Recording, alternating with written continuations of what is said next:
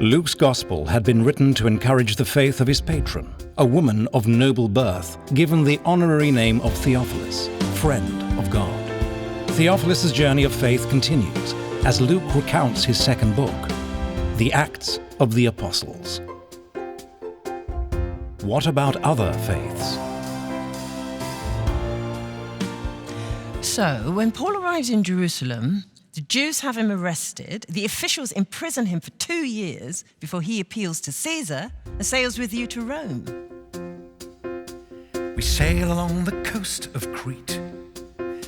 Paul warns us to not sail on, but he is ignored and a storm sweeps down, driving the ship along.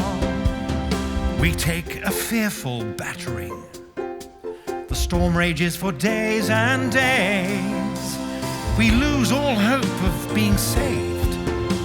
But Paul simply prays. And so, an angel of the Lord appears to Paul and tells him all 276 souls on board will not be lost. Well, eventually, the ship runs aground and begins to break up. But somehow, we're all able to swim safely to the shore, or get there on planks or pieces of the broken ship. We've landed on the island of Malta, where Paul heals all those that are sick. Oh, they treat us so wonderfully well that we end up staying for 3 months before continuing our journey to Rome.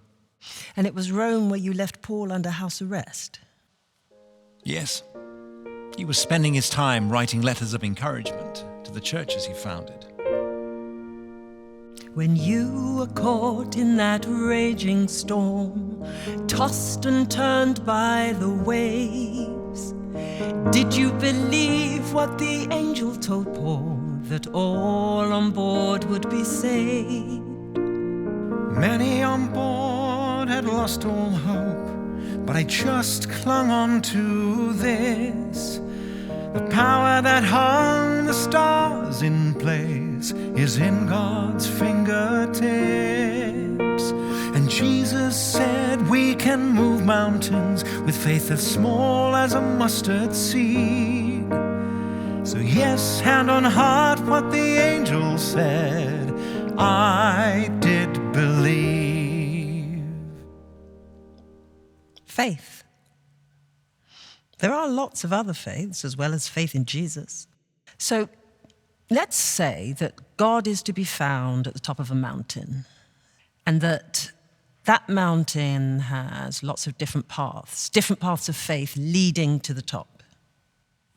A person could choose any one of those paths and still end up reaching the top, reaching God. Yes, that does sound feasible. But remember, Jesus said, I am the way, the truth, and the life, and no one shall come to the Father except through me. So that's pretty clear. And your mountain analogy assumes that the God on top of that mountain is the same God for all faiths.